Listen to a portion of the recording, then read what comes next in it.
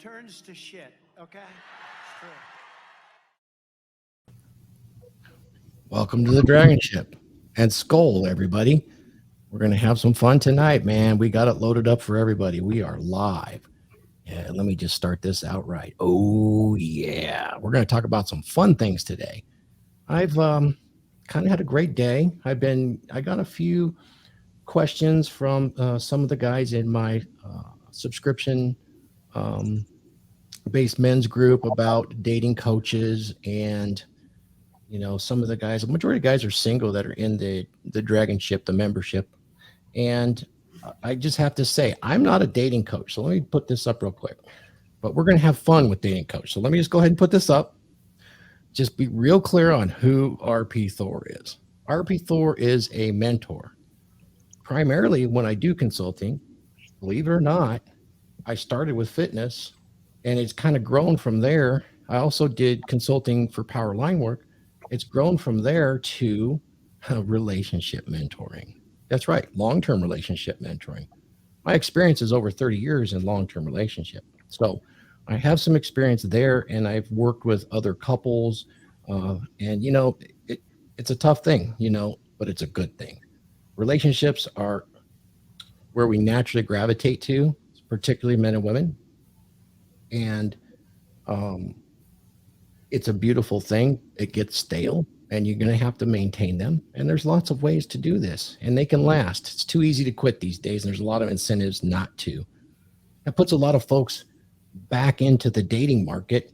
And I got to say, that's not a fun place to be for a guy that would be at least my age. I can't imagine what it would be like for a lady. I have a childhood friend similar in my age that married early to one of my best friends in grade school. And I've known her for all these years, and they had a fantastic relationship. I think they married somewhere in early 20s, and they had like 5 or 6 kids.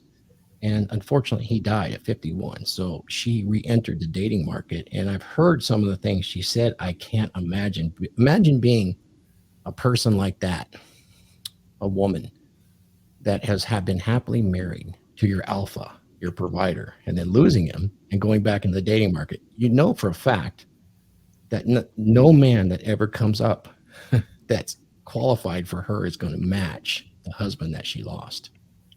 That's got to be a tough place for her to be. And, as women age, they definitely have a very different approach to dating than they did when they were very young. And I think there's biological reasons for that.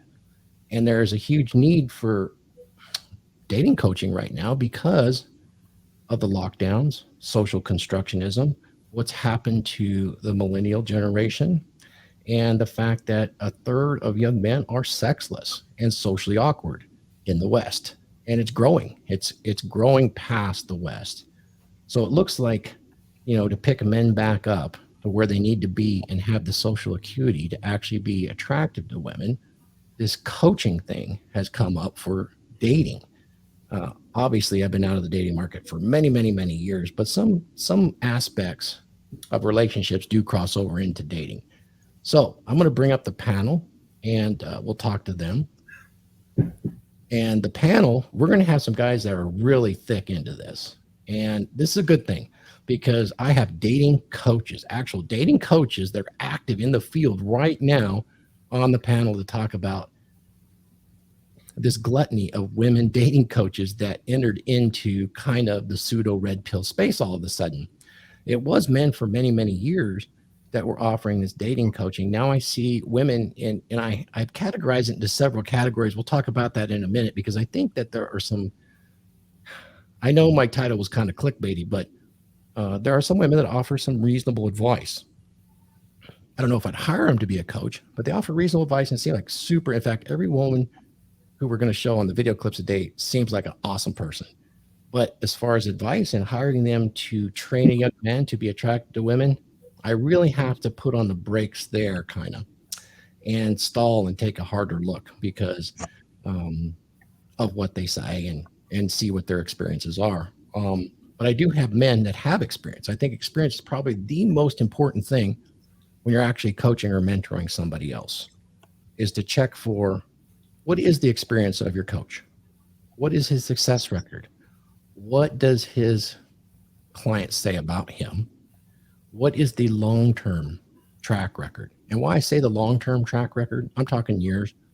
Anybody can be happy for a year, just like in a relationship. About for 18 months, anybody can be on a honeymoon phase. Then what happens after that? You know, and some of the coaches actually have cult-like personalities and high charisma, but what are they actually offering beyond that charisma? I think that's how you kind of have to vet your mentors and your coaches. And sometimes you'll make mistakes. No problem. You can learn from everybody, even a bad coach. But I have good coaches. I'm going to introduce them. Alex Huddock, the Hudsman, who runs First Class. He's to just right over here to me. That's Huds. And also Mac the Day Gamer, who's active in Tokyo every day, slaying it like the player that he is. How you doing, Mac and Huds? Good, man. Good. Excellent, excellent. And then I got from Louisiana, correct? It's Joe, Louisiana, runner of ProudMasculine. Fantastic. Let me get rid of that banner and I'll continue on. And of course, I've got Raith, who has decades of experience, especially with relationships and teaching men about frame and how to create that frame for themselves so that they're actually attractive to not only women, but others around them. That's actually really crucial, I think, when it comes to this concept of dating. You actually have to, and we'll get into that, but that's kind of why some of these gals run out and the first thing out of their mouth is be authentic, but they can't tell you what that is.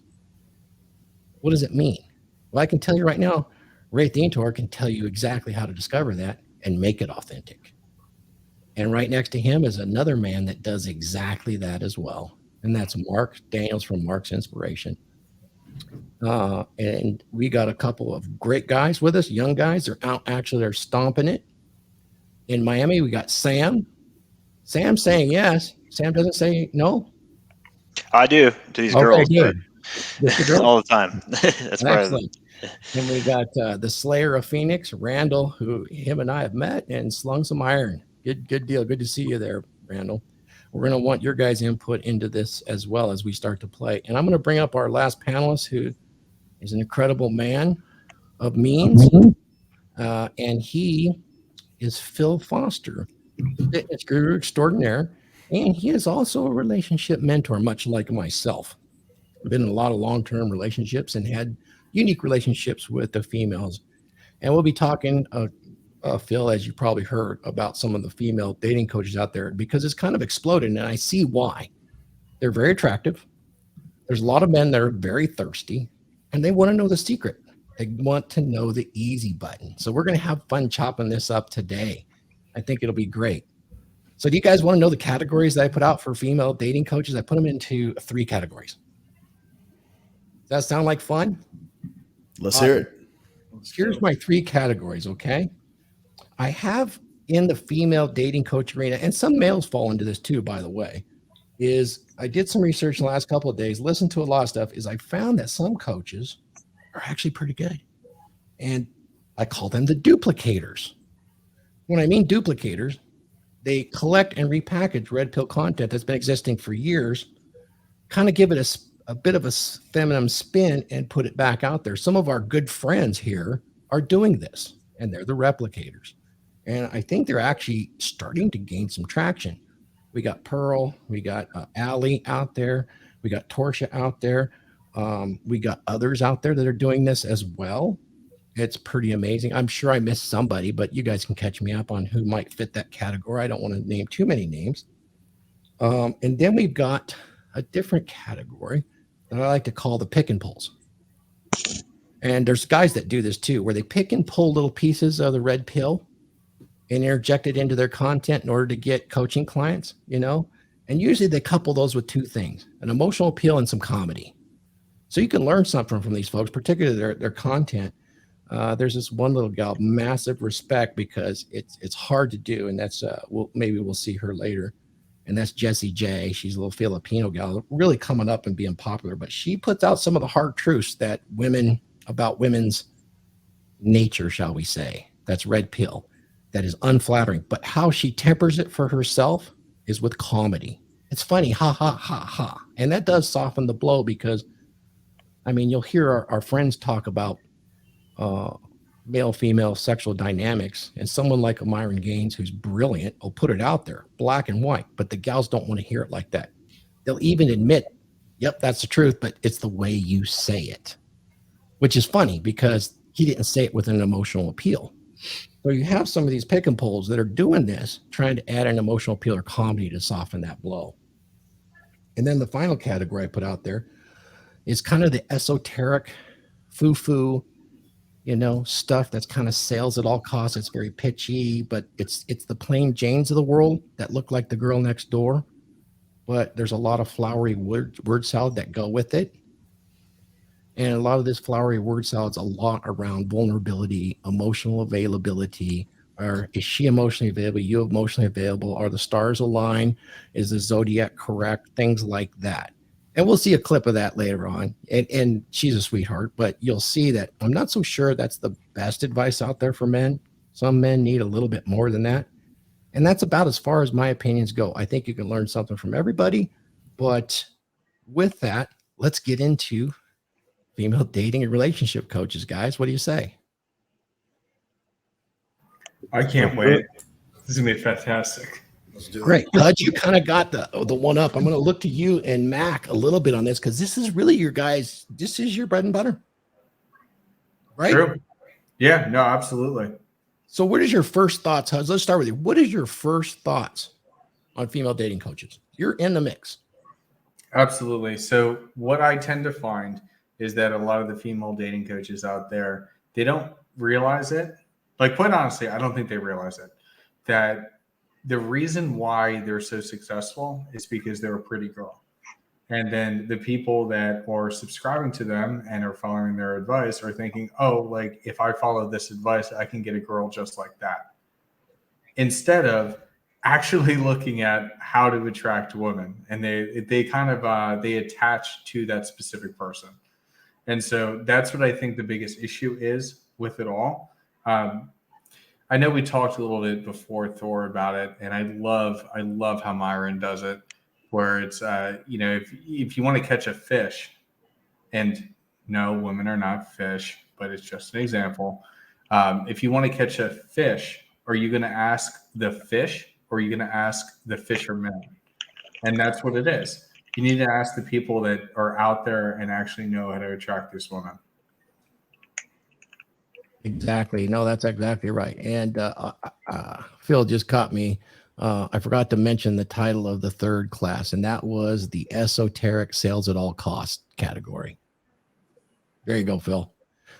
So that's the three categories I put them into. But the fish thing is really good because we're going to get to that in just a second, because we have a nice little clip that I want you two to kick off a conversation with in a minute. But I want to get Mac's initial thoughts on this topic of female dating coaches. I mean, you actually take men, Mac, and physically teach them. And this is what really impressed me about some of the early coaches in dating, is they didn't do it via video and internet. This is kind of relatively new. I used to see videos where they take a group of guys out and do night game or day game, things like that, right? Where they actually showed them how to be socially competent. And or there was this guy, what was his name? James something. Was it James? Maybe it wasn't. But he did something where he brought in actors or people for these really awkward guys, and he would have scenarios for them to practice their social cue. I thought that was pretty interesting. Never seen it again. What are your thoughts, Mac?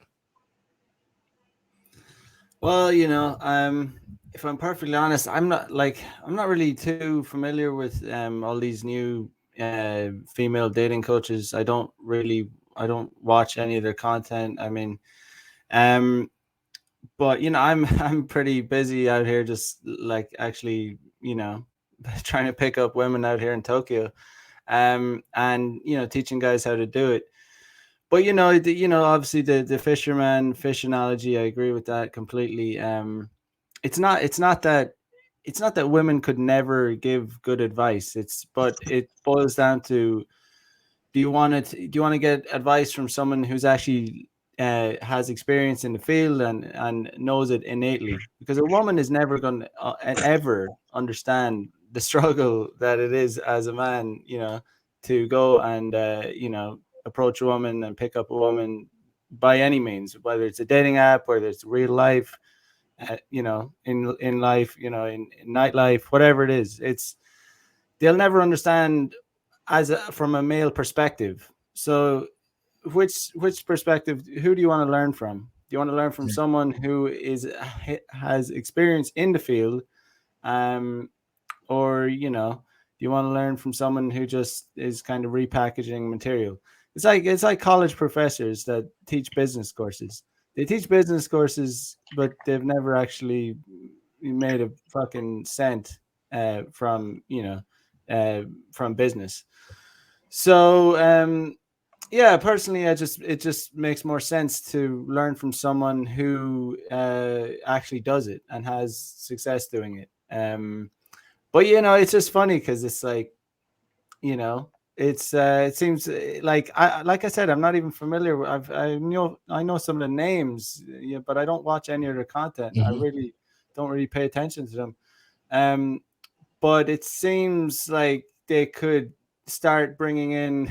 There could a lot of simping could start happening because, you know, there's some females, you know, talking about red pill, and it's like it goes against the whole red pill philosophy, and, you know, it's kind of funny to me, but it's like, you know, they're gonna, you know, where there's opportunity to make money, they're gonna come, you know. Yeah, I'm gonna hurt your feelings really good here. You know, you guys are both coaches, but some of these female coaches are filling that thirst need so well that they have tens of thousands of subscribers. Oh yeah, and it doesn't surprise me. Hundreds and thousands of clients. And if you listen to the content, yeah, there's guys lining up to pay, like, tip girls that do sleeping streams on Twitch, and I don't even watch it, but what is it? Just the thirst is so hardcore out there amongst men. What he's talking about, Mac, I don't mean to cut you off, but what he's talking about is they will pay to, like, watch these girls, like, fall asleep in bed. Yeah, I've just heard about that, you know, but well, I am definitely a tard because that's the business I wanted to be in. I swear, to make money sleeping. I mean, the thing, like, you can't even hate on these chicks. If there's money to be made, it's like, fuck it, like, just make the money, you know. It's like total respect, like for the hustle. It's like, but the guys that pay the money are just beyond pathetic, and it's like, God damn, like, it just, do they ever have a moment of self-reflection about what they're actually doing, like how they're spending their time, like paying random women that wouldn't piss on them if they were on fire. They literally wouldn't piss on them if they're on fire. But yeah, that's my. How many of those? Is that an idea? Is that a business idea that a woman came up with, or is it just like this? A man came up with the idea. So he's got some girl that's just completely in love with him, and it's like, okay, do this, and he's collecting that money. It would make a lot of sense, and when you see the production value of at least one of the gals we're going to show, yeah, for sure, there has to be more behind that than just her, or she's really going to knock my socks off, because that's a lot of work. ProudMasculine Joe, you're out there, and if it's not too presumptuous, you got thrust back into the dating market just a few years ago. I wouldn't say older, but middle age. Would that be fair? Fair, yeah. So what do you think about these? And you actually sought out some coaching, right? Yeah, I did in the past. And now you coach. Not from women. Coach, I don't think I'm a coach. I direct, mentor, coach, I don't know. All I know is through my life experience and what I've done that works for me consistently and what has worked for me. And just to clear up, I'm in an LTR. I'm not on the market. And just to pass that on to men. And what I find is even men coming to a man for direction and advice to correct whatever course they were on or to establish something, they coming in a pretty desperate situation. I think we can all agree that most men come into this space because of women, whether it's a breakup, broken heart, or just the absolute inability to attract a woman of any kind. Just connect. Yeah. I guess we'd say, just incompetent, socially awkward, very low self-esteem, have nothing to offer. And so what they want is to be validated and to be told and to be coddled and, told that they're fine just the way they are. And, they want somebody to comfort them for their bad decision-making and the inability to do anything. And so what's going to happen is they're going to go to, and they think, because look, when I was younger, I was raised by a single mom. So I thought the best place to get advice about women is from what? Women, right? And I know it totally contradicts what seems logical would be to get advice about women. It's from women, but it's not. Yeah. A woman was always going to offer you, advice and direction from their own narrative, from an imperative that they have from their perspective. When we talked a little bit about this before the show, they could be logically and intellectually well armed with all the information needed. And what if she's having an off day, or she's, if she's going through something emotional, that's the take you're going to get on that given day and that given moment. Yeah, that's a really important point, because men and women do approach, we all understand, and for the audience's purpose, that we approach sex differently. We have different imperatives.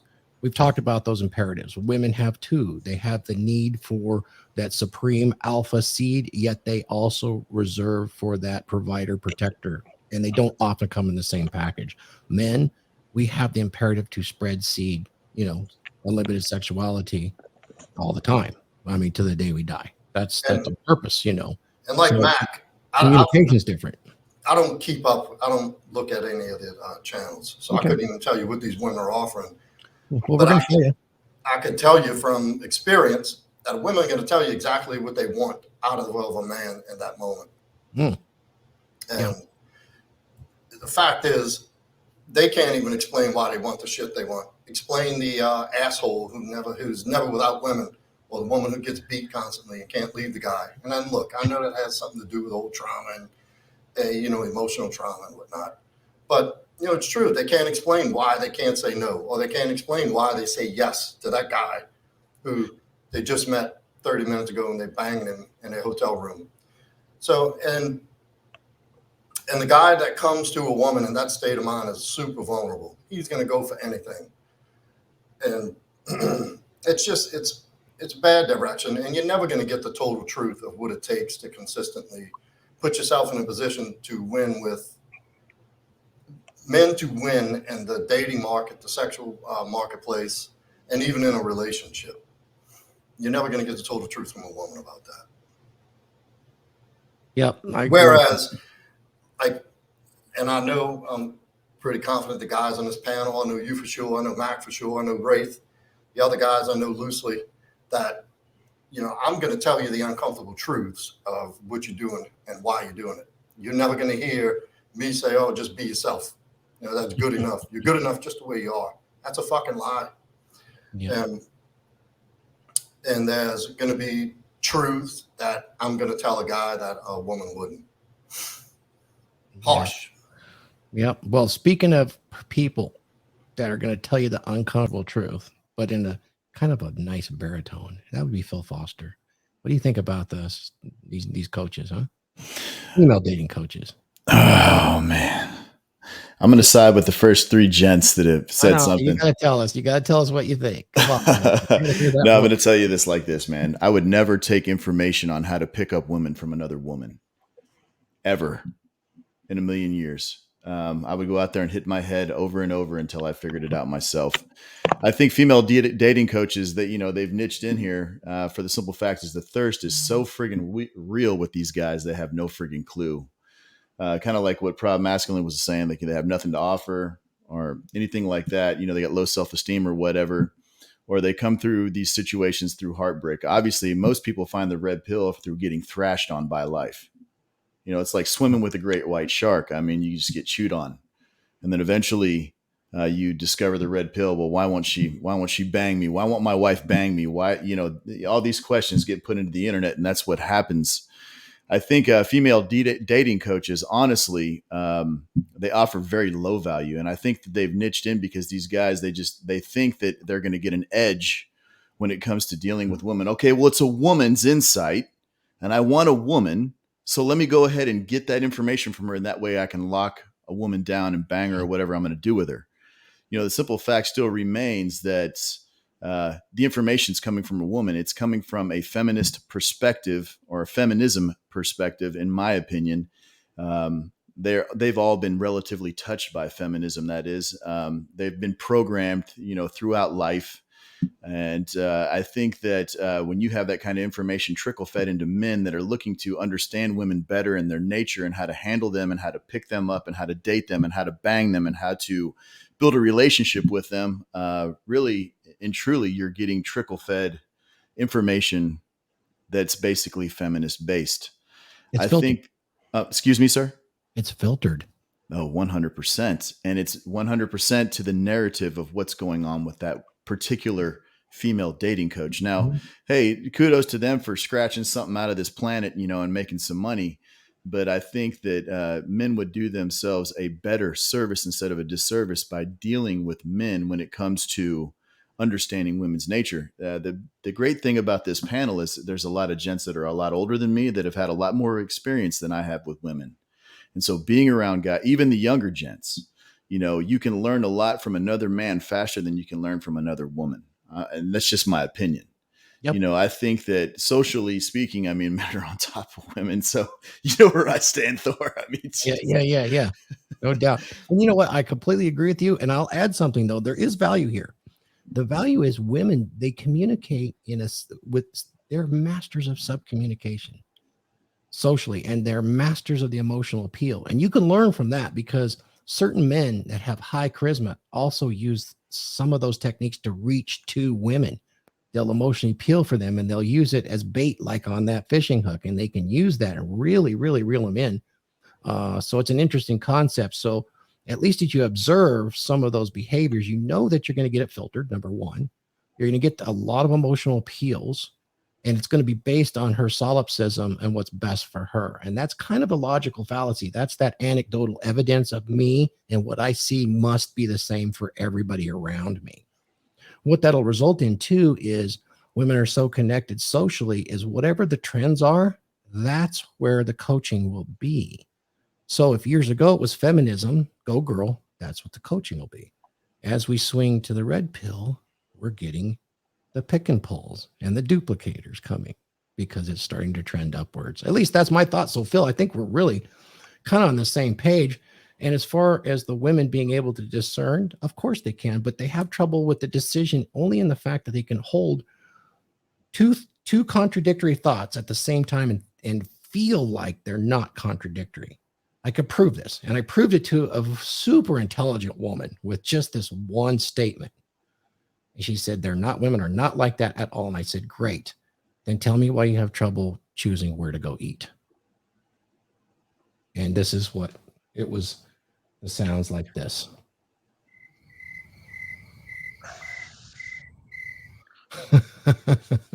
So anyway, it's funny that you mentioned that. I literally had a girl this week. She's higher intelligence, but I just been dating her for a little bit. She's kind of smart, but I literally pointed something out to her, and she goes, cognitive dissonance.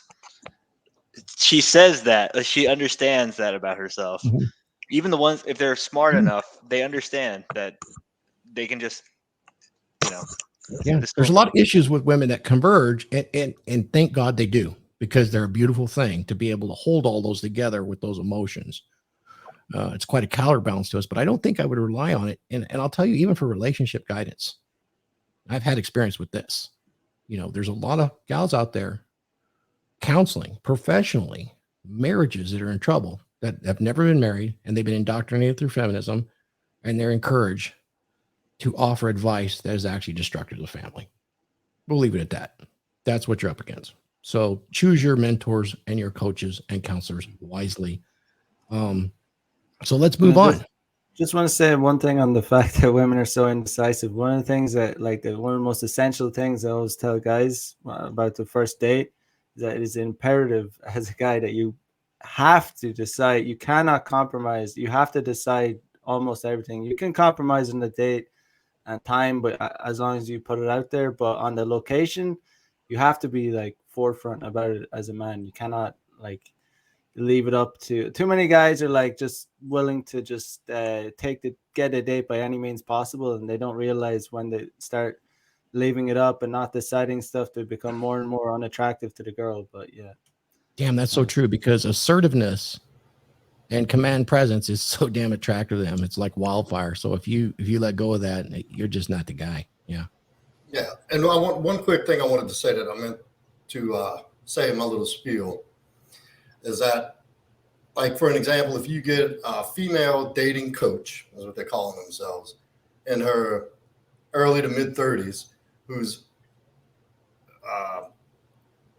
desire is to be in a relationship with a strong man, that's the advice you're going to get about who you need to be.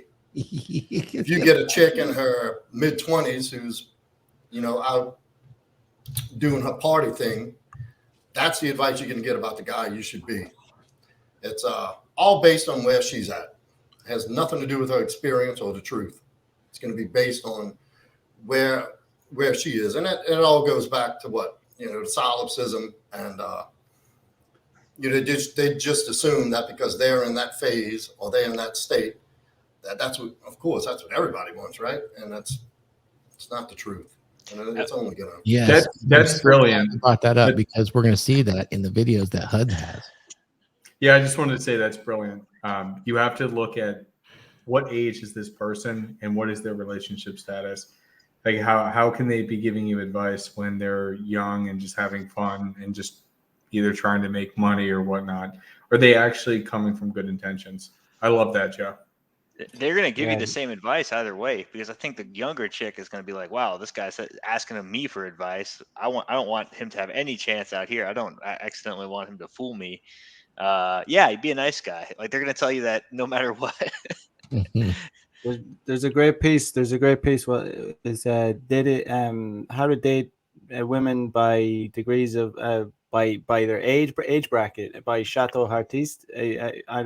I don't know if I said the title correctly, but it's a good piece. No, it definitely, Joe was 100% on the money when he said, you know, women, it depends on where she's at, because it's completely different dating a 20-year-old as it is going to be to date a 30-year-old. They're at totally, because there's so much more. It's such a different. There's so much more writing on it for women. It's such a vast difference, you know. It is. Yeah, look here. Coco just commented on here's one of our great fans over here on the DragonShip. I think men should just tell women where they're going to eat. If a man knows her, he knows what she likes, so he can pick a place he'd like to eat and knows there is something there that she'll eat. It goes much beyond that. It's about the leadership and the respect and control in the relationship. It makes her feel secure. She just wants to show up and have fun and look sexy and whatever she's wearing. She don't give a fuck about where she eats. Exactly. In the first date, how are you going to have any idea of what she wants to eat? No. Yeah. I think you should put yourself in the best possible position to succeed, and that's being somewhere you're comfortable, that you know you're familiar with, and you can invite her into that. If you want to eat, right? Right. I go where I want to eat. I don't even take something. I go for a drink or coffee. Exactly. Yeah. Exactly. They haven't earned. I love to eat, so that's always. I love restaurants. I love to eat. I have my favorites, and that's where I'm comfortable. And I know I can jive, and I have a vibe in that place. If you go somewhere you're not familiar with to try to appease her, then you're trying to, you know, keep from tripping over your own dick at the same time, trying to make it successful with her. It's a big fucking mess. So Coco just responded to you, Joe. Here you go. 100%. And then just make a fucking decision. That's all they want. Women don't want to have to think and decide. Because guess what? If you let her down and the place is not that good, then you're like, oh, well, maybe next time it's better. She sees it as a big failure. Like, oh my God, I blew this. I can't believe the food. Yeah. Okay, let's get to the rest of the guys so we can get to the videos, okay? So Raith, female relationship coaching, dating, mentoring. What are your thoughts? You're going to tell us how you think. Give us a shot. I don't know. I don't watch them either. So, but Just I know your some of the ones. Yeah. I know some of the ones you've been talking about. I've seen them, you know, in different podcasts with debating on Value Network and a couple other things. But I guess my question is to young men. We live in a pretty much female-oriented society, and you've been trying to do everything that society tells you on how to date women up to this point, and you haven't been successful. Why would you go for more of that and think it's going to change? That's insanity. Just keep doing the same thing over and over again and looking for change. We live in a society where anywhere from 60 to 70% of families now are single parents, and most of those are female single parents. And all this coaching and stuff that you've got all the way through your life has led you to the point where you can't get a girl down.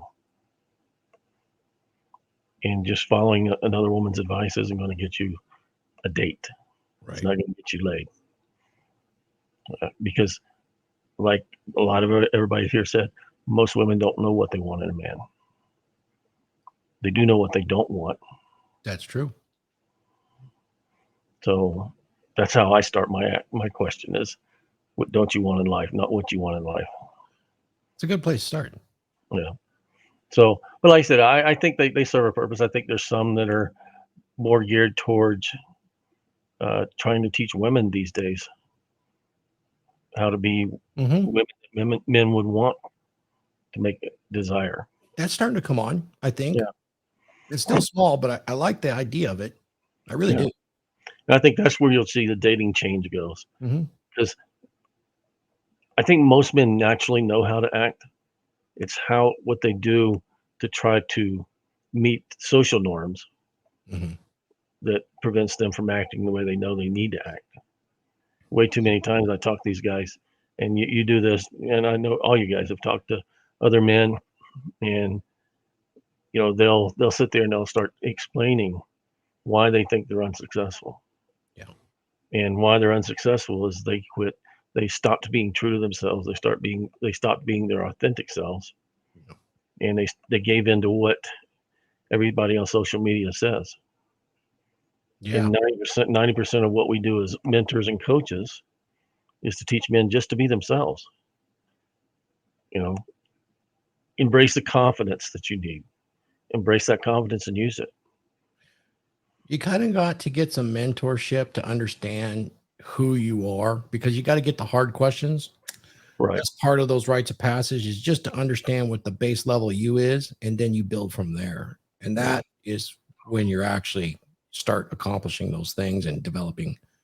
Yeah, and I think yourself, because you talk to people. Joe talks to people, and I know Phil, as he's coaching, and when you start talking to people, you start understanding that's the first thing men don't know about themselves is who they really are, because they've never been allowed to figure that out. Yeah. They've been told who society wants them to be, and it's even worse now if you look at the new American Psychological Association's vision of what a man is and what masculinity is. Let me ask you, keeping that thought in mind, how effective do you think the female coaching is for the men to discover that in themselves, knowing that we have a feminine primary social order? Well, I don't think you see anybody going on the YouTube and talking about, hey, I took this lady's advice and she's my coach, and saying, and it changed my world. Okay. You just don't see that. Yeah. And I think when I watch couples teach dating, and I've seen some of those pop up on YouTube, it's a disaster. Yeah, dating. I've seen that too. I 100% agree with that. When you see these couple coaches, Right. what is the guy always like? It's always very effeminate, very Always. Yeah. You'll see him. submissive. You'll see him always praising her. Oh, and she does this and she does that. And the great thing about her is this. You'll never hear her say, this dude leads. He's strong. He's got. That's his supply, man. Don't mess with a man's supply. Couple, Good point. Yeah. Maybe the next show will be about the dangers of the couple. Oh my God. We could put something together, because there is that for sure. That's a fucking guys, let's move through so we can get to Huds videos. Yeah, but just to close out, I think men should listen to men, women should listen to women, and if you're a woman and you're out there wanting to understand that, find a woman that understands real men. Because if you don't, you're just going to be doing the same thing you've been doing, and it's not going to change for you. Don't listen to the 48-year-old angry cat lady. Yeah, No, dude, that's but the thing. To listen to a woman with a quality man, if you're a woman, like this dating coaches. Yeah, and if that's your desire, listen to the one that's kept it together for, 20, 30 years. That would be your best bet. And go ahead. I don't want to hold it up. Yeah, I'll no get worries. back. Let's get to Mark. If you have anything else that you might add on these female coaches, I mean, for dating and for relationship issues that are become so popular all of a sudden, what do you think of the categories I put them in? Mark, you're muted. You are muted, Mark. Yeah, I was clicking the wrong thing. Okay, am I here now? Well, you talk about the women. I have watched some of them because I was married for 12 years, and then I was out of the dating market for about 20 years because I raised my kids till they got big enough. So I come into this social media dating age, and I didn't know anything. So I went out with a few girls, and I got burnt one time. So I started looking, like one of the guys said, nobody comes here because they're just, I think I'll watch some content creators about dating. Usually it's because they've been burnt or things went south or whatever. So I listened to a lot of different creators.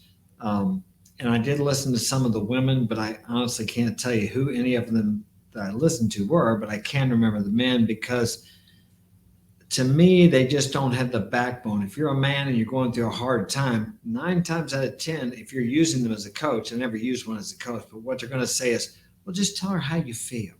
You need to be more open with her. And we all know what happens there. I just had a guy that was asking me for help today, and I was talking to him. He had been in a relationship for over a year. It was going good. He came in strong. He was a good man, but then he started opening up and sharing himself with her. And then she lost interest, and she didn't even really know from what he said. She couldn't even tell why she didn't want to be with him anymore. So that guy, if he goes and asks a woman coach about that, she's probably going to say, well, maybe you need to just wait and be open for her he needs to go back to being the man he was when he started out with, more of a reserved, stoic man, because that's what she was attracted to. And I can't see her, nor do I remember any women telling men to be like that. It's okay to be yourself if the self you are is the man that women are attracted to. And that is not, in my opinion, a man who's got his feelings on his sleeve, who's vulnerable, because that woman wants to feel safe with you.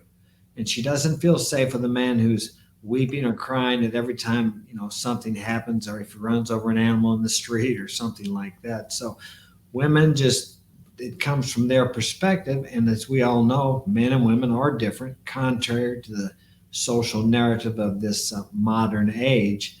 And when you have a woman telling you something about how women are and when they don't even know the reality of what attracts them. I have heard a few speak as if they do understand it, but I think in the end, if it comes down to the nitty gritty, they're going to tell you from their point of view, especially if the man is hurting and he's desperate for answers.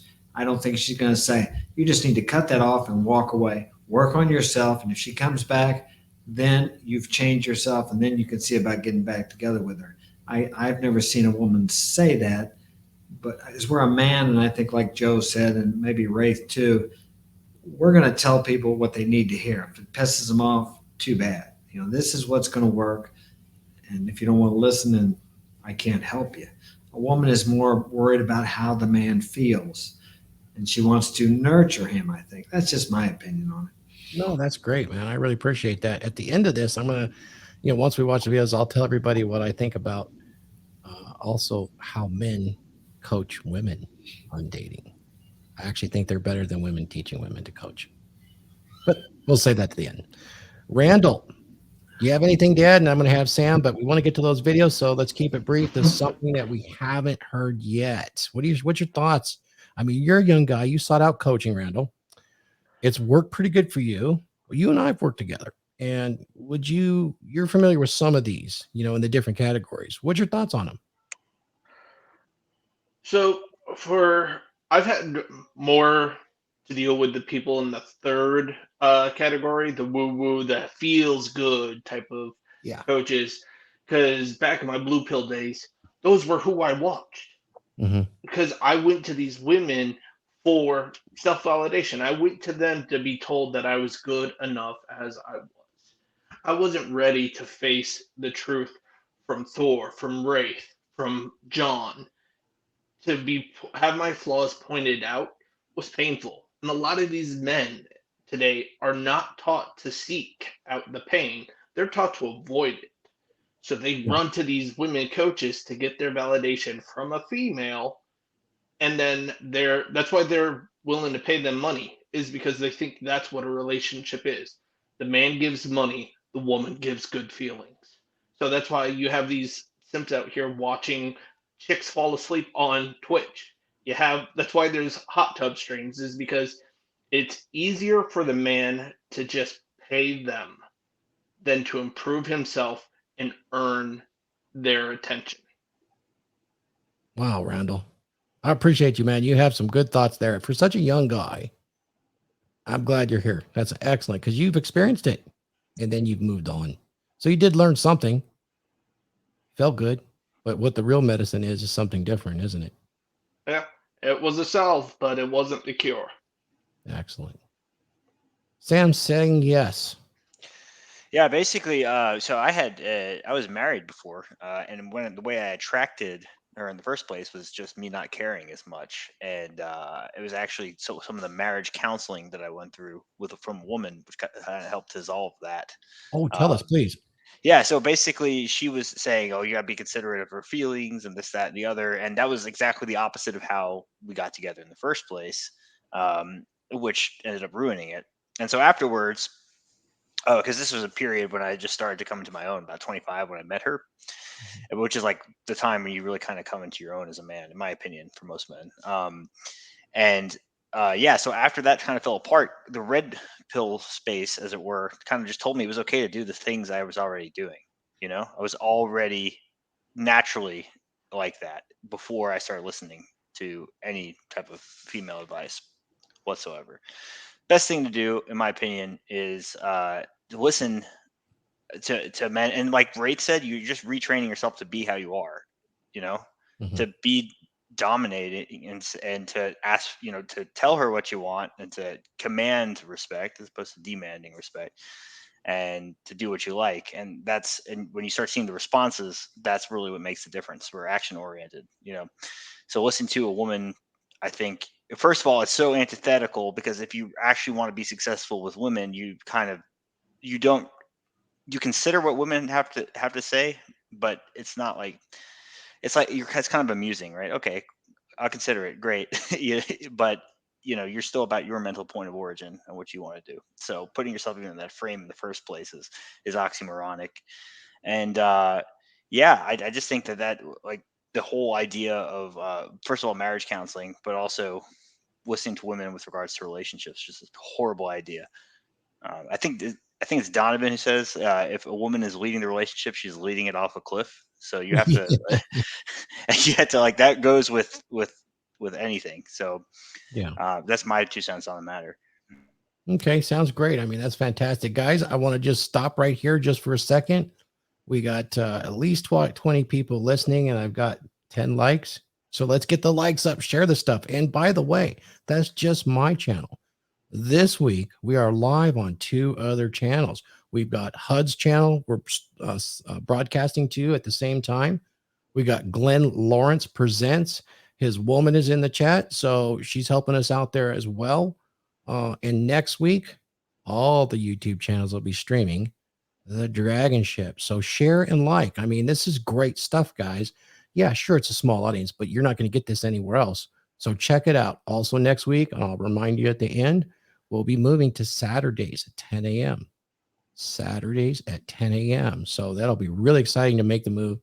It'll be fun for you guys in Tokyo. You'll have to get up a little early. All right, Mac? But that's okay. All right. So I want to move on with this and I want to turn it over to Huds. And if he could play, so we're going to play some of these videos for the audience just to demonstrate what we just talked about. And the first one I believe that we have up, I want you to decide which category of the 3. Let me remind you the categories I had. I had 1, which was the duplicators of the red pill. They're putting out some good information, but from a female perspective, and it is what it is, not the originators. And then we've got the pick and pulls, which is pulling a little of the red pill, a little of the social constructionism, and then wrapping it up in comedy or emotional appeals. So, no, it's not Rule 0 time. We're coming on after Rule 0, Eric. It'll be after. So don't worry. That's Pacific time. And I'll put it all up. Don't worry about that. And then the third one is the esoteric foo-foo sales at all costs. So they'll let you decide. Huds, can we put up the first one? That would be Selena. And Selena's going to talk about fishes and why you should learn from the fish and not the fisherman or the kill or something like that. Hunting. She's going to do hunting too. So, all right, let's I'm do pulling it up right now. Man, you've got control. You got it, brother. If not, you can let me know. Here we go. Let it run. Is interested, she will. It's funny that men are always speaking to me about fishing and saying, why listen to a woman? You know, she's a fish and she's not a fish, blah, blah, blah. And then in essence, they don't actually understand core energy and their core masculine energy, which actually pursues a woman with intent. Dating is not hunting. It's not going out for the kill, which is what a lot of pickup artists teach in terms of the pickup culture of hooking up. But when you are actually dating with intent, we are not dealing with deer or fish. We are dealing with connection and humans. And society likes to favor us versus them, good versus evil. And the whole world is made up of duality, but at the same time, it's not about killing or getting the kill or being victorious or winning. It's the competition of providership, of leadership, of accomplishment, achieving. That's true masculine energy. Woman is. All right, bring us back up, Huds. What category? Let's go round table, and we'll start down at the very bottom of the screen with, did we lose somebody? Or did I drop somebody? No, I just changed the format. Oh, okay, great. Well, we'll just start at the bottom of the screen as it is now. Raith, what do you think, man? Do you have a category for her? Is she one of the categories I mentioned? I think she's kind of a woo-woo. Yeah, do we all agree that's kind of woo-woo, maybe sells at all costs? Did you notice that the grade level she was appealing to was probably just around adolescent? Did you guys notice that? At least that's my thought on it. Mac, what'd you think? She was kind of cute, though. I mean, she's gonna appeal to Sims big time. Like, I mean, just, you know, she's obviously hot, but she's full of shit. Like, no one ever said going out and picking up women is about killing. Like, you know, they're like, oh, hunting. It is absolutely hunting. When you go out and you're looking for women, it is hunting. You know, obviously we don't mean we're not fucking serial killers. We're not trying to kill anyone, but it is like, absolutely, you have to go out there, and it for men, it's a numbers game. We have to approach a lot of women. We have to, you know, so it is very similar to hunting in the sense that we're going out and we're searching, like, you know, yeah, it depends, you know, it depends on how you want to play it, but yeah, I mean, like when I go out and do day game and go out, it's like you're talking to a lot of women. You're approaching, you see a woman, you go up and talk to her, and so. Yeah, that's why we say you're going out for the hunt, you know. I'm going hunting, you know. But yeah, she'll never understand the concept. She probably doesn't even understand that it's a numbers game for men. It has to be like just the world. Yeah, in the way men. You know? Do you notice the emotional appeal too? If it was any other way, I was going to touch on that, the emotional appeal, the core masculine energy and the connection, and trying to tug on your fucking. Yeah, that's when you know you're being sold a pack of shit, is when I start that nonsense. I thought that was a pretty good example. The rest of you guys want to comment on it? I mean, did you notice she had a lot of vocal fry too? Yeah. God. Very adolescent, but it definitely does appeal in that kind of way that a simp would really be interested, because you get that emotional appeal if you're not prepared for it. Good. She did notice. You notice she talked on two different sides. It's not, but it is. Did you notice that?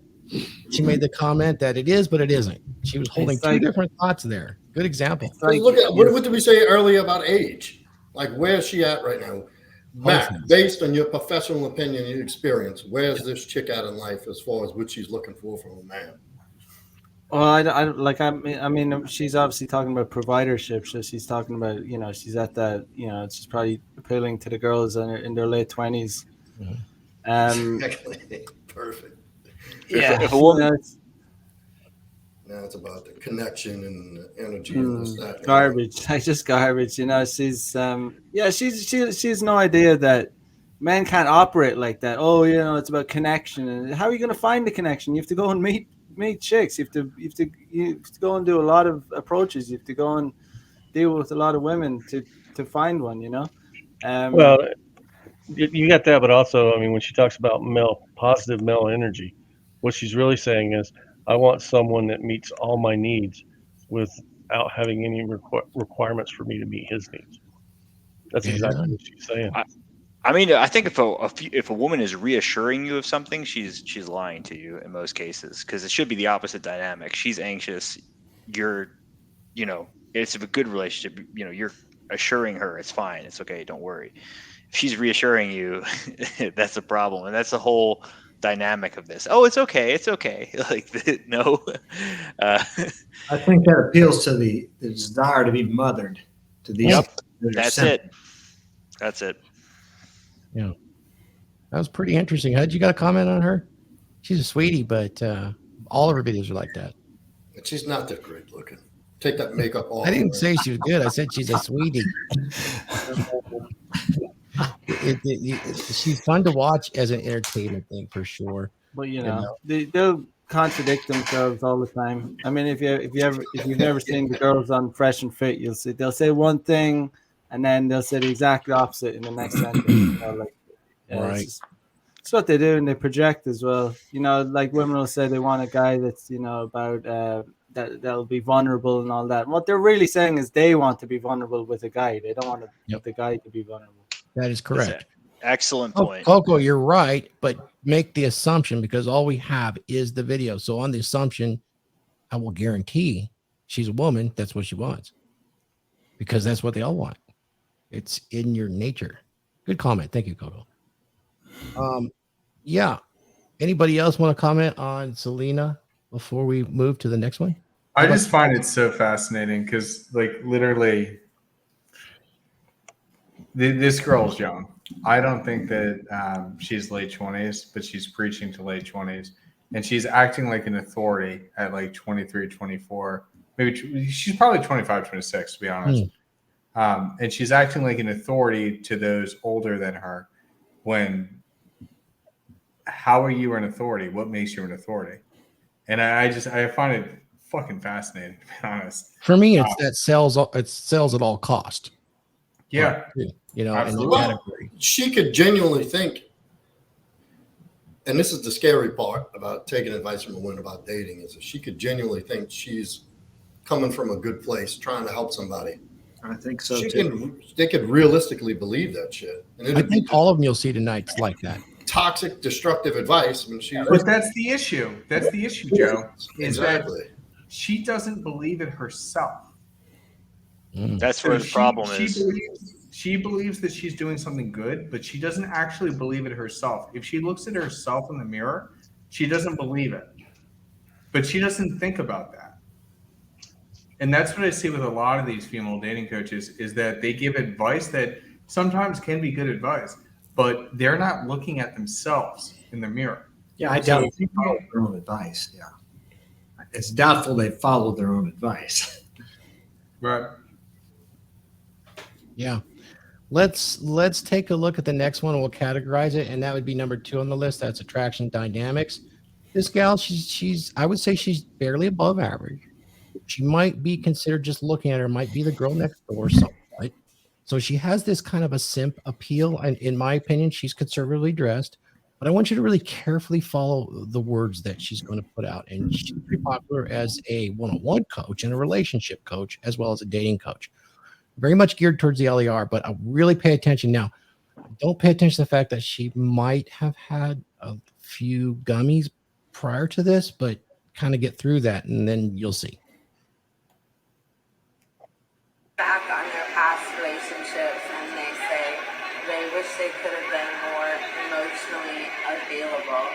And now emotional availability is something that we all want to have in our relationships, right? But why is it so hard for some people to show up emotionally even when they want to in a challenging situation? Well, that's because the problem is growing up and their experiences in life, they were shown that when they were vulnerable or they were emotionally available, their needs were honored or met, and they couldn't even count on the person. So they just sort of made up that it wasn't really worth it anymore.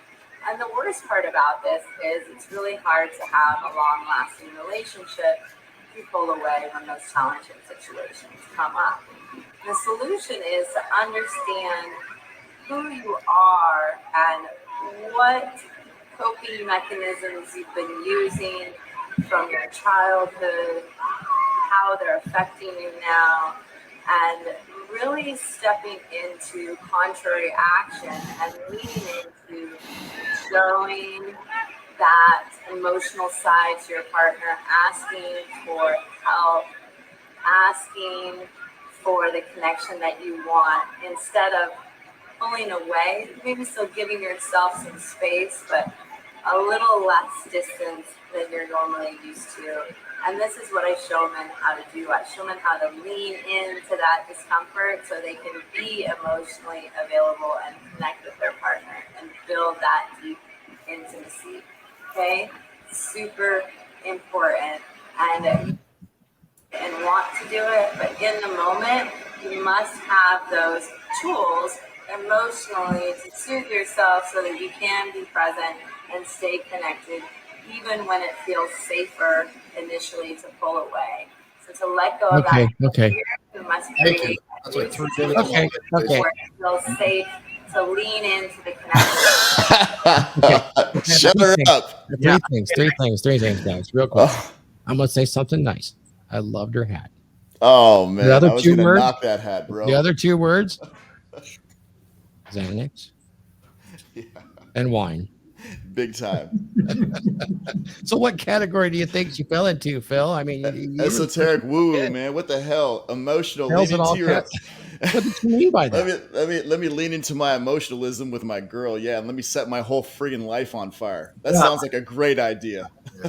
Yeah. See how well that works out. The hat, the gratitude hat, I would give her maybe like a 2. I'm having fun here. Might as well put her foot on my genitals, all right? Bro, man. But she's so nice.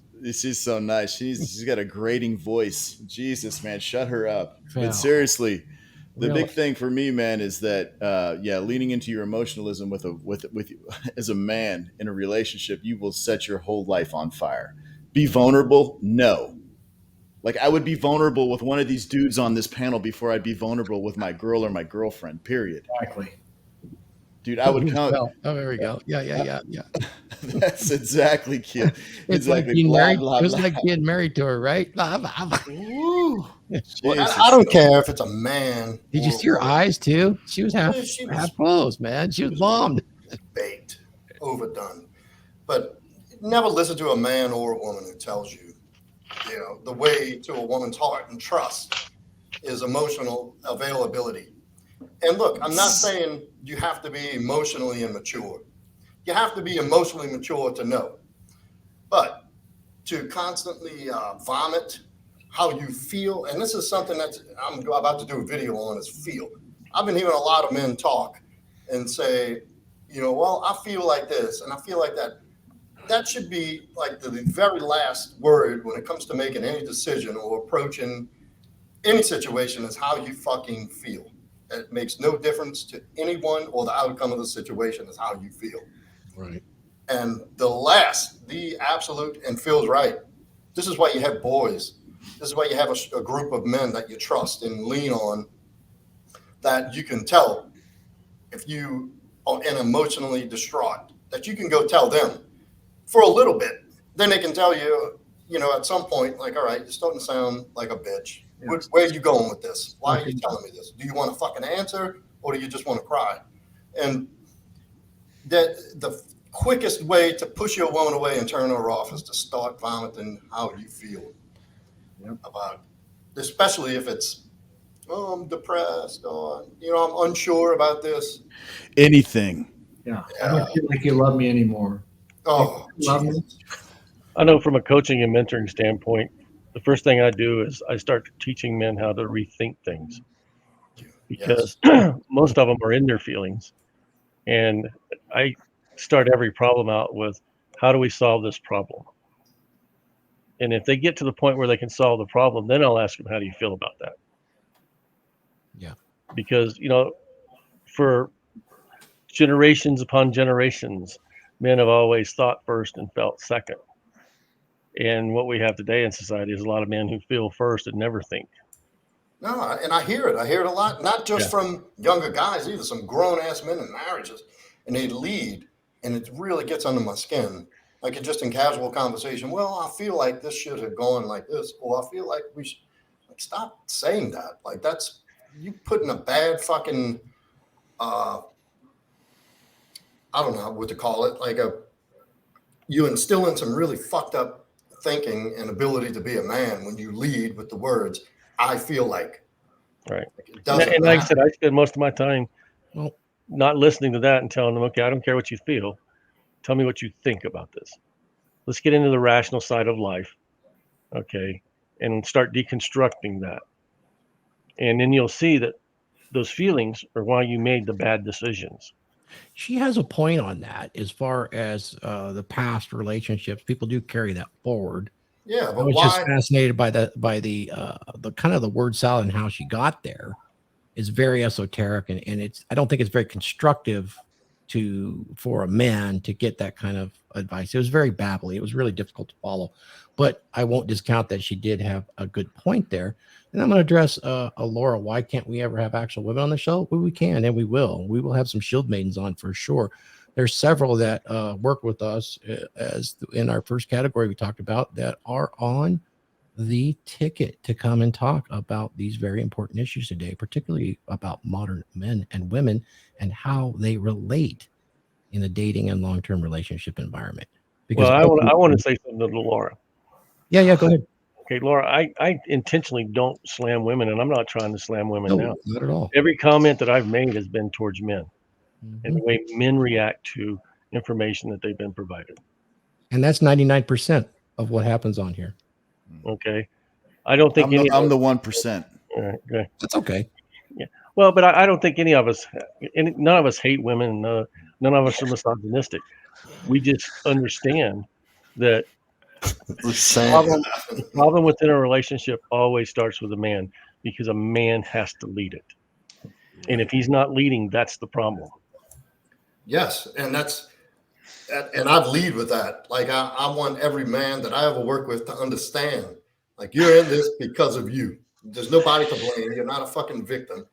Yes, you might have had an unfavorable childhood and upbringing, but, you know, at some point, at any point when you're ready to make a change and instill a change into your life and internalize a different identity, you have to take 100% accountability for where you are and the results you've gotten out of life.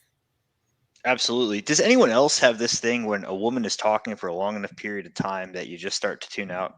Like, yes, I definitely. I tried focusing on her. I tried my best.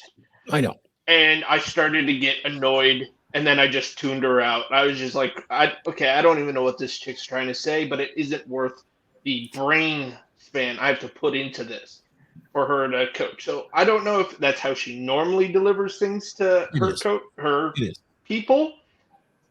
It is, Randall. She's very esoteric, and that's why she fell into that category on the esoteric woo-woo side, because it's kind of hard to follow. Now, I will give guys the tip. If you can learn a little bit about the esoteric side, it's chick crack. And when we talked about projecting, she's projecting what she feels. She really feels this is what men need, you know. And unfortunately, she talks about vulnerability, emotional openness, and, you know, men have been extremely harmed. We did an entire show about what Brene Brown did in 2010 by changing the definition, the modern definition of vulnerability. and then writing 7 books on it and going around doing all the TED Talks, so much so, she worked with, gender studies groups and all that stuff to broadcast that men have to be vulnerable. This is a weakening of men. This is exactly opposite of who's attracted to men. It's a really insidious thing. And it's pervaded all of these. You'll see it again in some of these videos we put up. But it's such bad advice. It's really harmful advice to men to even consider leaning into their vulnerability or their emotionalism, because as soon as if a guy plays with that kind of fire, he's gonna, and then they'll come to find that she's sending nudes to some Chad she met on Tinder or in the nightclub, and they're wondering why it's happening. It's happening because you leaned into your emotions with your woman, and she's extremely turned off by it. It's repulsive to women for a man to show like weakness and vulnerability, and that's the cold hard truth of like, that's one of the darkest sides of female nature. It's like one of the it's one of the things where they'll constantly just regurgitate this thing where they want men to be vulnerable, and it's pure fucking horseshit. It's literal garbage. It is, and what it actually means is they want to know. I think they conflate emotional availability from this mysterious side of the guy that actually turns them on. They want to know, why is this work? What is going on? What's going on? And what's going on with him that does this to me? And they think it has to do with emotions. Well, what they don't understand, violence comes from emotionalism too. I have a different theory on it entirely. I think it's the woman testing her partner, her man, to see whether or not he's gonna succumb and become emotional. This guy is so great, he must actually be weak in some way. Let me give him a test really quick. And that's what they're asking for. They're asking to confirm it. They don't want you to become emotional. They don't want you to comply. It's a compliance test. They want you and yet to. They will coach and write books on how we should do it. Now, I will add to it. There's a kernel of truth if you just change the word to sensitivity. Occasionally use strategic sensitivity, and it will butter that bread nicely, so to speak. And Sam and I walked over each other. But violence comes from emotionalism too. Okay, when you can't express or rationalize your thoughts and you start feeling them, that's where violence comes from. That's how men become abusive, because they lose that control. Yeah, that's a really good point. When women say, "Well, I want you to be emotional," no, you don't. Yeah, definitely not, for sure. And like Max said, the vulnerability, it equals weakness. That is the knife across the throat of any fucking relationship where there has attraction involved, any romantic relationship. Right, and that's the definition of vulnerability, is weakness. Yeah. So they're pushing for men to be weak, and women don't want weak men. They want strong men. And they'll jump off what Sam said. It is subconsciously, I believe, a test to see, like, could be is this guy going to fucking really do what I just asked him to do? Is this guy really going to be fucking weak and break down to me? And then if he does, then they lose all trust and attraction. Yeah, they don't even understand why. They don't understand why. I don't know. I love him. I'm just not in love with him anymore. You ever heard that? Oh yeah. And then, like Max said, Chad's getting fucking pictures of her snatch. Dresses up for girls' night. She's looking for somebody that's got some strength, some guy that won't open up and be vulnerable. Sure. Huds, do we have Jessie J? I think we should play Jessie J. She's in a different category. I'm ready to go. Let's play Jessie J, guys. You'll enjoy this. It's a minute and long, I think. Let me just get it shared. She is a dating coach as well. Pretty funny to watch. Okay, so I recently came across this thing on Instagram where this guy shot his shot to 32 different women. He accidentally put in a group message, "Hey girl, you're so pretty. I think you're fine. What's up? How you doing?" And then naturally all these girls saw that he sent this in a direct message in a group chat. And obviously he immediately goes, "Oh shit, it's sent to all of you in one message." Anyway, hilarious shit that made me think to myself, this is why bad boys always win. Because they just do it. They're in the game. They're the ones trying. They don't give a fuck. They don't even see women as human beings. They're just objects that may or may not go with their flow. And if they don't, it's not their fault because these women are inanimate objects that they will use and abuse to their advantage. But here's the thing. They're the ones taking these shots. While you're sitting back and thinking to yourself, I don't want to bother her. Or even, I don't want to look stupid and say something stupid. You know what? I have better things to do today. In my early stages of coaching, I had this client who was Mexican. English was his second language, but he had a full ride to UCLA, and he was a very intelligent guy. And he went out every single night. He went to bars, clubs, and parties when, again, he was in college. And every single night, he'd go up to a shit ton of women, and to each woman, he would say, "Oh, hello, let's have sex." And you know what? It worked at least twice a week. So if it worked at least twice a week, that means every month, this kid 2 times 4. This dude was fucking chicks 8 times off of, "Do you want to have sex with me?" Now, Yep. So what category does she fit in? That's enough of Jesse J. But you see her stick, right? Annoying and intolerable. That category. Yep. So she definitely fits in the pick and pull, using comedy, not so much emotional appeals, but she is she's on to a grain of truth. I think we can all admit that. Absolutely. I think I referred to that earlier on. Well, about the asshole. And that will connect with a lot of folks. So I'm not throwing any shade at her at all, you know. And she's doing it on purpose because some of these are uncomfortable truths, Coco. And it would be socially more harming to her if she didn't throw that shtick in. It's kind of excusable with that shtick. So, and it's actually bringing her some success if you look at her history. You know, it's growing doing that, you know. And she has a few others like that are pretty harsh on women too. So I was kind of surprised by her, but it doesn't really I was surprised by her take, but then I thought about it and it's like, I think we're going to see more like that as this does start to enter the mainstream, you know? One thing I have to say, and I think that Mac, you and I both can agree on this, even the best, it's a 10% close rate.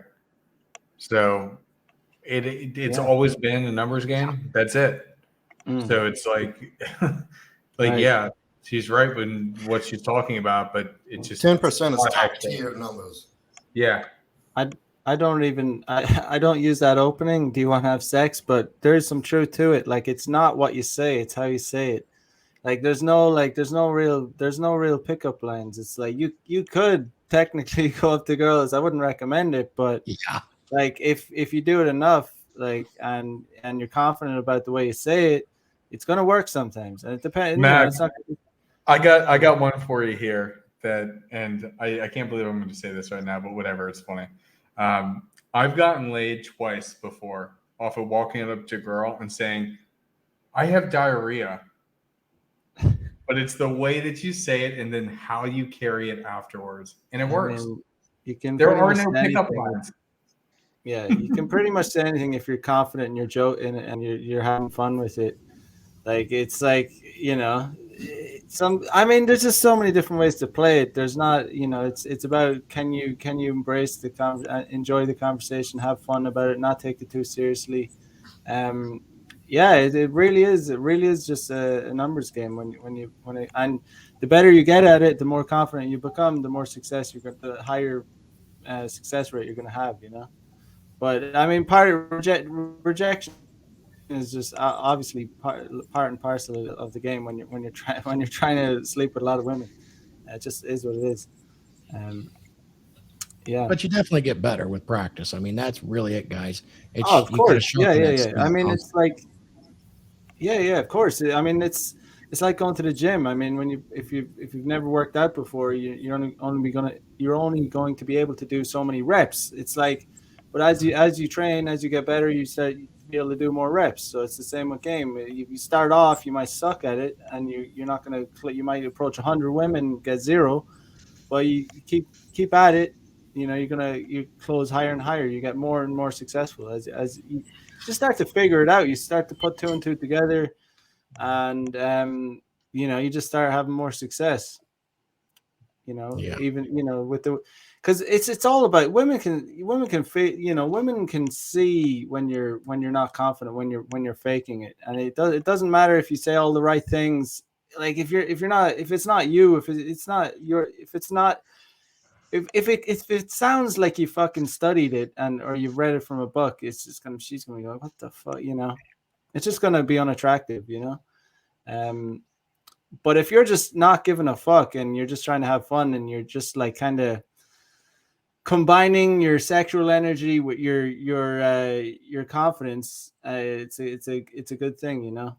Because too many guys are too buckish about it. They roll up and they're just like playing it really safe, like really nervous about the interaction, and it just doesn't. It obviously doesn't work. But when you roll up, like, you know, thinking shit, I want to fuck this chick, you know, like, but, you know, but obviously hey Mac, Joe's got to go. He's telling me he's got to go, so I want to give him a chance to plug his stuff, and we'll keep going. We actually had one more video that's about a minute long, but I don't think he can stay for it. But she's a lot nicer, Joe. You'd like her voice, I'm sure. Probably not. I'll take your word for it. Okay. So tell us what you're up to. I know you offer services, and we're going out on 3 channels right now. We'll go out on all the rest next time, including yours. So let us know what you do, what you're all about, Joe. Look, I help guys with mindset. Like Raith said, I think there's an innate instinct on all men to be authentically the men they're supposed to be.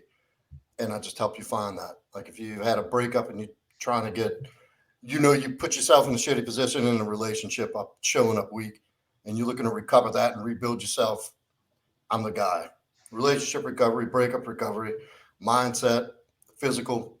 And it goes beyond that, but we don't have time to get into details. There's a great panel today, great show. Thank you for having me again. And you can reach me at ProudMasculine on Instagram, ProudMasculine.com, my YouTube channel as well, at ProudMasculine. Easy. Just go ProudMasculine, you'll find me somewhere.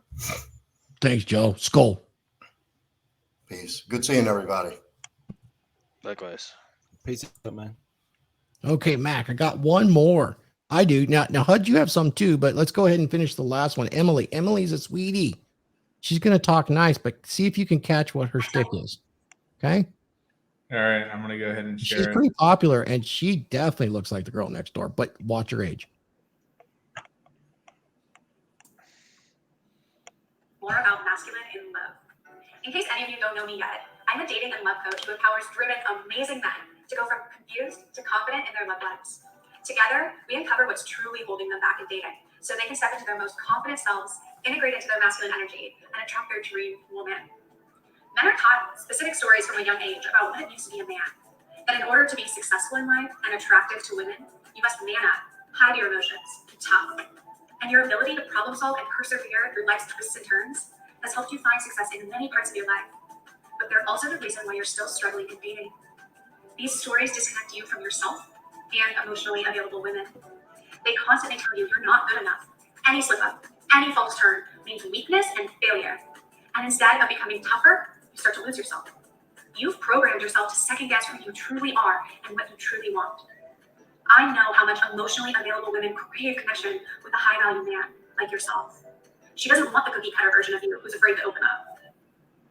Okay, so well, I'll just give my take on it right now. She has lots of grains of truth in there, but it is a giant emotional appeal. What category do you think she fall into? Anybody? Duplicator. A duplicator of the red pill? She's a pick and pull. Okay. She's talking about that masculine. I think it's pick and pull too, and she's excellent at sales. I think there's a man behind this. And if you think about it, she is giving him that emotional appeal, right? Because she's right about men growing and listening to these things, but there's a hole in their game. And she's right. There is a hole in their game. And she's the only solution. I think there's a man behind this one. She's got that homegirl look, and she's popular. That's Emily Freeman. Did you catch what she said? We'll do this together. Yeah. Oh, God. She's great. You know what? Total respect. I mean, she's got it. But I think that there is a man behind her with this. That's just my gut instinct here after watching her stuff. Very, very contrived. And yet and I sped it up a little bit, but she has that soft feminine voice. This is definitely the emotional appeal. And I think she will get a lot of business like this. Yeah. But I don't know that that's going to be the best advice, Phil, in the long run for these guys, because I don't think on her, she's really going to call out the BS. She's going to be the make you feel better. Just be yourself. Yeah. But a better one of the bunch as far as she's got the grift, I mean, it's not a grift. I mean, this is real. She's a good salesperson on this. I kind of put her in the sales, but in between that and the pick and pull. She's got somebody behind her. What's your sense, Raith? I think she's very polished, like you said, and I think that she's going to appeal to not the overly sensitive guy. She's going to appeal to that guy that kind of lives in his emotions, but he has that rational understanding. Mm-hmm. And, he has more emotional intelligence than the totally emotional guy. And he's like, he can catch on and listen to what she says, and he can say, yeah, that sounds rational to me. But there was a lot of, what is rational. She's coding it. It's really emotional. Right. But it's not. But it does have that flavor. If I'm cutting this up, we'll do it together. I mean, it is very polished that way, but it is all emotional appeal. Right. But like I said, I think she'll appeal for a guy probably in his 40s who hasn't had too many bad relationships, but is looking for someone to settle down with. Mm-hmm. That's her niche she's looking for. I think you're right, actually. Yeah, he hasn't been, zeroed out to the point where he doesn't like women or doesn't want to be in relationships anymore. He still has hope. She's trying to reach the guy that still has hope. Selling hopium. So. There's a hopium crisis. People love the hopium. I know it. Pretty amazing, huh? I never heard that. That's a good one. Yeah, for sure. Okay, Huds, you got anything else for us? We want to chop it up? So I actually, based on timing, I'm going to hold some of my stuff until another show. I've seen a lot of these, and one in particular, like I don't have it pulled up right now, but Dating by Blaine. One of the things that it sucks, and it's like, it's one of those things that when you see somebody succeed and they get thousands of likes and hundreds of thousands of views, and they're giving out bad information, and it's just because it's a pretty prop in front of it. It sucks because we're out here trying to give good information to guys, and us being out here and doing that, we don't get respected for it, or not necessarily not respected for it, but not it doesn't get viewed in the same way. Like, yeah, sorry, I don't have bobs. I don't have big bobs. I don't have I guess I have a cute smile, but it's frustrating. And so I have some things. I know we're coming up on time. I got some things that I think we could do a part 2 on this that I would love to share with everybody. I have all the time you need, buddy. If you want to keep going, we got more viewers than we had earlier. So I'll tell you this. I'll give you a little analogy. So I know you're frustrated sometimes because it feels like you're not getting traction and you're really doing the work. I can remember a time of working with some famous Brazilian jiu-jitsu fighters. Their families were in this Brazilian jiu-jitsu that they learned from the Japanese over 100 years ago. And they had come up with this theory that there's a lot of bullshit in martial arts. And there is a lot of bullshit. This works, that works, but they never test it. And they said, let's test it. No flipping rules. Gouge my eyes, bite me, take my ear off, do what you got to do. Let's see what works. And they got no respect, and nobody knew about them worldwide until they brought it to America in the 90s. And they still weren't respected. They were a lot of shit talked about the Brazilians, But guess what? Today, there isn't an MMA fight that goes on that those guys aren't at least a purple to black belt level when they enter the ring, even if they're a striker, a boxer, anything. Because why? They spoke the truth. They tested it in the arena. And what you're doing and what Mac is doing and the rest of these guys are testing their theories in the arena. That's what the red pill's about. You test it in real life. Some shit we're going to compare notes on and go, Phil, this shit don't work, man. You know what? This isn't working. Let's get rid of that. Let's try something else.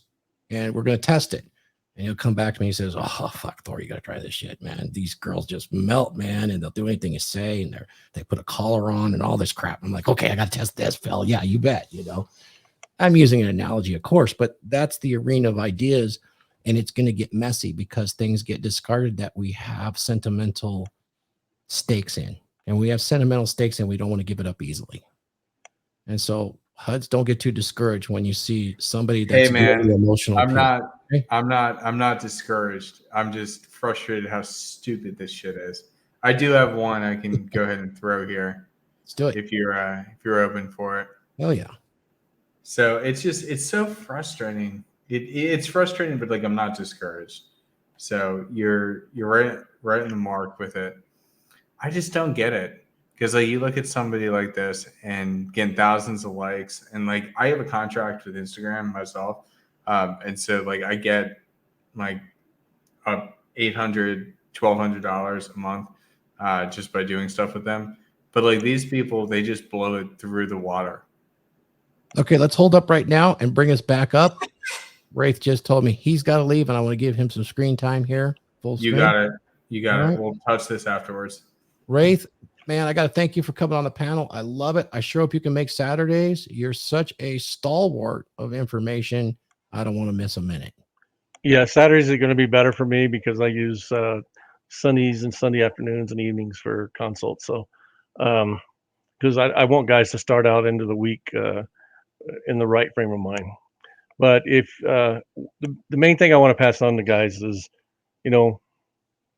find someone that has experience. Find someone that can help you pull out that real you, that authentic you. And don't take advice that you don't agree with or you don't feel good about. All right. And I stress don't agree with, because I'm not very much into the feelings either. But if you want to work with me, you can get a hold of me on Raith Tour on Yahoo, Raith Tour on Facebook, and Raith Tour on Telegram or Instagram. I'm on all those platforms. Hit me up there. We can have a conversation, and we can decide if we're right to work together. I don't spend a lot of time trying to convince people to work with me because, my message isn't for everyone. But I can tell you, for those ones that do work with me, they become successful. They become successful in their dating life. They become successful in their relationships, and they become successful at their careers. So understand frame is everything. And with that, I'll let you guys go. Appreciate you. See you next week, buddy. Yep, I'll be there Saturday. Awesome. Love it, man. It really is all about men creating a dominant masculine presence for themselves as part of your identity. Let's get back to the video, huh? Before we dive into it, I fucking love this. Real men seek real men. Iron sharpens iron, so a man sharpeneth the countenance of his friend. Proverbs. Like this is from the Bible. I love that. Thank you, 007 MIB. I appreciate that. I just wanted to throw that out there because that's truth, and that's what we do. That's what we do here. Is we come together as men and we go ahead and just make ourselves better. Yep. The real truth is we are at war. Life is war. You're at war to stay alive, and you need to get every advantage. So I'll go ahead and play this here.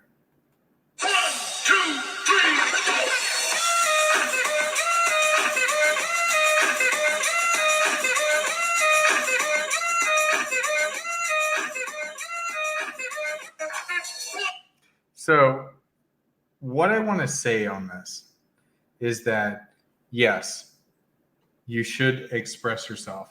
You should express your feelings in the beginning. but this is not going to solve a problem. Like, I feel like it's so stupid because it's such short and it's just a girl dancing. And this is our dating coaches. This is our female dating coaches. How is being a cute girl dancing around helping us solve the problems? Am I the lunatic here? Pretty much. No, I'm just kidding.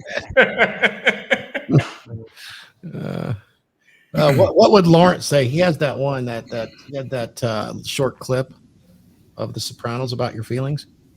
Oh yeah, fuck your feelings. Fuck your feelings.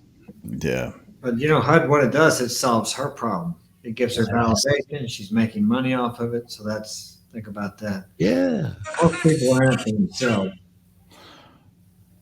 It's just okay. So unbelievable. Go ahead, just so I got this clear, so like in the beginning, okay, so we're talking about either picking up a chick or are we talking about dating for some sort of like long-term strategy or whatever? Which one is we talking about here? Because dating for a long-term strategy, I would not disclose what you were saying. I would clearly lay out my expectations and boundaries, and that's it. Yep.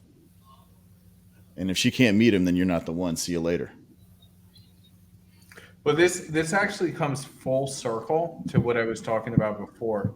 At the very beginning of the show, is that these girls, the reason why them as female dating coaches get so much traction is because they the guys look at them and they're like, oh, if I follow their advice, then I will get a girl like that. Yeah. I would say it's wrong. Yeah, I mean, as far as what they're telling you. Yeah, and it's just a shame that like people don't listen to it. They don't understand, and they just it's hopeful one thing. And trust me, I've actually worked with somebody. Oh God, I've worked with somebody who followed one of these types of people, and they came to me because they were confused as to why they weren't getting their results. Well, no fucking shit. If you're following this type of advice from this type of person expecting this result, you're never going to get there. You're going to creep them out. Yeah. And it just sucks. I don't know. Don't get down about it. You're doing good, man. I know I'm doing good. If these guys didn't do this, we wouldn't have anything to chat about, man. Right. But I just want to know. I just want to know how to help people even more. That's and, what I'll tell you what, that girl right there, she thinks she's doing good. She's doing the right thing. She's fixing it. Mm-hmm. When guys get put in the friend zone, they only have themselves to blame. There's no women don't put guys in the friend zone. Guys put themselves in the friend zone. Like there's no. I never get friend zoned. Like it can't happen. It can't, because I go in and I try and escalate, and if she rejects me, then I'm out. I'm on to the next one. I really don't give a fuck. Like it's getting friend zoned is the weakest shit you can do. Like it's just, you're such a pussy if you're getting put in the friend zone. It's you're putting yourself. Never happened to me. Never. But yeah, it's like, and all this, it goes, even for, it goes on a slightly different note for relationships. It's like guys should never be the ones pushing for a relationship. I mean, if you want a relationship, 100%. You're just gonna have to hope that she's gonna beg you for one, and if she's not begging you for a relationship, then she's not the one. That's just my 2 cents on that. When Matt, guys go, huh? Mac, how many times have you been begged for a relationship? I know some of your girls want to be the ride or die because you're conditioning in that way. Some of them do, some of them don't, but it doesn't bother me because I don't want one either way. But how many times a month do they hit you up for, Mac? What are we? Yeah, I mean, what are we, Mac? I'm used to it at this point, but it's not yeah, I mean, it's something like if your chick is not crying on the phone to you, asking you, what are we and all this, and she's not the one. Like she doesn't like you that much if she's not, because they it's the guys that get cheated on that start begging for the relationship after 3 weeks, after 4 weeks. They're the ones that will end up getting getting cheated on or getting broke up You with just reminded me. they're entering the relationship, huh? You just reminded me of a story that's exactly that. I used to work out with some NPC bikini competitors, and one of the gals there I was training, and she was beautiful Filipina gal, and she was getting these dates, and she had confided in me that she was getting good looking dudes, right? Some of them gym dudes. One of these guys owned a nutrition company, and the issue was, you know what her complaint was? How come they all want to be my boyfriend or giving me flowers and stuff after the second date and asking to be a girlfriend? That was her main complaint for 3 guys within a 3 months. Is You know they what were the guys all are trying to conveying? lock her down and throw it at her. And she, at that point, I could tell she was getting, physically very fit, still young enough that she wanted not that. She wanted the attention and all of that stuff. But the guys, I think, really could have conditioned her because, I talked to her. She was easily conditionable, but they weren't doing it. They were immediately falling into a simp area. When guys start begging for relationships like really soon into the into the relationship or whatever, they're basically conveying that scarcity, that they haven't, they don't have many other options, that they're very eager to lock someone down. And it just conveys to the girl that he doesn't have that many other options, and we all know that they're very, very unattractive. Oh, we had a signal problem. Sam, you're out there in Miami. Yep. And you're in that dating market. You're experiencing this firsthand. Are you seeing the guys do the same thing? I have no idea because I don't hang around any guys that. One guy I know who works.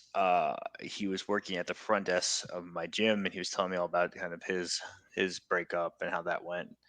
And he was a nice guy. We got along really well, and I just kind of showed him the text messages that were on my phone. And he was like, "What? How do you do that?" I'm like, first of all, it's not by talking about your ex who left you 3 months ago and worrying about her. Like, you gotta. I mean, this is the wrong mentality. But I imagine perhaps there's some segment of the population. Miami's a little bit different dating market. It's kind of everybody is. Everyone's in the game, yeah. So, well, it's probably good for you to you really get to sharpen the steel there. So that's probably a big appeal for you right there, right now. I mean, you're awash in poon right now, and I've seen your text, so probably not hard. Yeah, and it was crazy as like the same podcasts that will be. I've talked to a couple different girls who they'll be reached out to by either Fresh and Fit or some other podcast, Miami podcast. Like it's really common. So I kind of in the same dating circles. But I mean, I think a lot of it's everyone knows the game here. This is a city of people of men drive around in McLarens and having yachts and stuff like that. You're that's beta bucks is big here. So if you're not doing that type of game, which is most people, but just because of statistical probability, you gotta be able to run some game. But yeah, like I would say that just seems so alien to me when Mac was mentioning that the idea at this stage in my life of like pushing for a relationship. This hasn't, man. When I don't even think I've ever done that. No, it brings us back to the main point that a lot of the female coaches we watched tonight were pushing in the direction of a relationship. They didn't see it as much else. We didn't really see that 23-year-old just have fun. I haven't seen that segment yet. Maybe Huds has, maybe Mac has, but I see a lot of the late 20, maybe some of that and some of the post wall. We saw some post wall in there, coaching.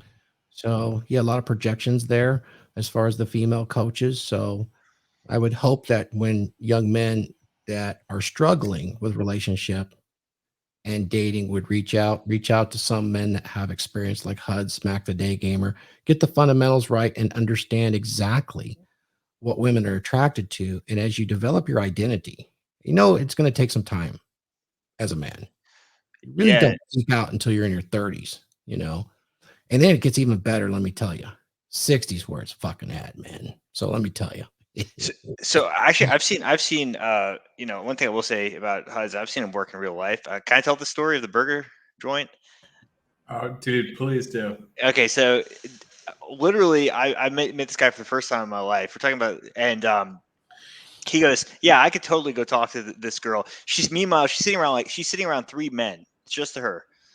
And he's like, "I could go talk to her. She's mine in like 2 seconds." He walks over to her, and I'm talking with the other guys at the table, like whatever's going on. I look over, he's making out with her, and then within 30 seconds, What? I'm not even kidding. This happened. I believe it though.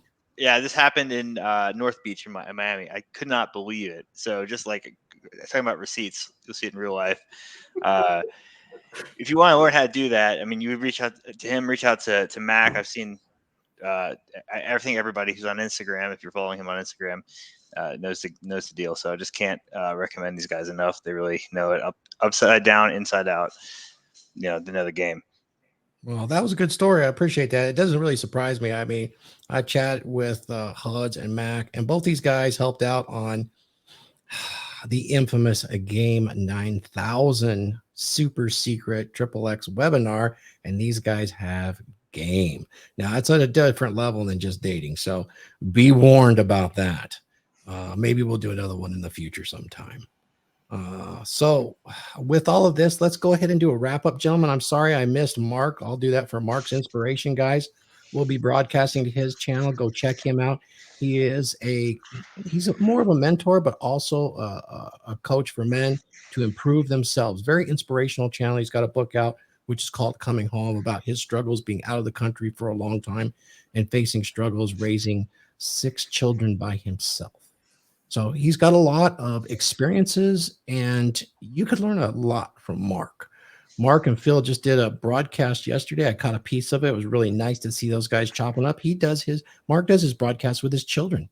How cool is that shit? Pretty damn cool. Maybe I'll bring my son on one time. He's too famous though. He's out there playing the 9-string guitar with volumes, touring the world. They're headed to Australia and Asia next. So everything that they're doing is fucking badass. You need to plug it somehow. Plug my son Volumes, guys. Go check out Volumes. These guys are killing it. He's the songwriter guitarist for Volumes. I mean, he is a rock star. That's my oldest son, 37. Michael Dane. So a Viking, kind of like me. Thanks, Huds. Yeah. He wrote the intro music to my little intro. We're going to get a different one. It's going to be a few months, but when we go to Saturdays, we're going to get one, and I'll have all of you in the clips. So we'll get a new intro. And just so that everybody knows, before I do the roundtable, next week we're moving to Saturdays, 10 a.m. Pacific. And we will come up pretty quick here, the rest of the group, with some fun topics to talk about.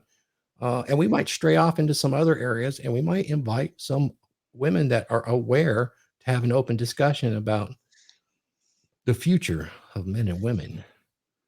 And that's a totalitarian United States of America. And who our next president might be. Will it be a woman?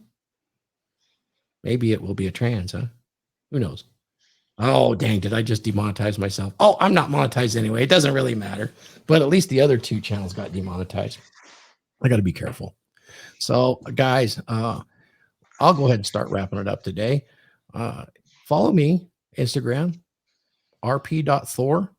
And, my claim to fame is really nothing other than, take care of myself. I talk to others. I have a lot of experience with LTRs. It seems like that's what I'm really doing, is mentoring men and women on their LTRs, because there are ups and downs. And sometimes they're definitely worth saving, guys. It's not always a flush, flush those relationships. They can be very beautiful, and they can be even better when you understand male and female dynamics inside of a relationship, particularly a long-term one, and how that is supposed to work. But you must always have the ability to end it if it's bad or if it's not working for you. Really, you are the most important person in that relationship. Particularly in men, you need to step up and lead. And that's really where I focus. I do that. And I also sell several lectures. The 2 being the most popular outside of long-term relationship is creating a dominant masculine presence for yourself. We start with the outside, and we teach you exactly how to create your own identity and frame that ends up with your appearance and your mannerisms being dominant, masculine, and present. Super important for holding attraction and frame. And then we finish it with part 2, which is the inside. How do you create that on the inside? You do it with emotional durability and control. And there are techniques to do that. That's part 2. And you can find all of that, right over here on becomedurable.com. Go on there, sign up to email, share this video, and that's fantastic. So come see us next Saturday. Huds, you're up. Tell us what you do, where we can find you. You got it, brother. So I'm a dating coach. You can find me on Instagram. It's the best way to contact me at the Hudsman. So the HUDS man. Also, it's the same thing as my website, thehudsman.com. If you want to schedule a consult, I do 15 minutes for free.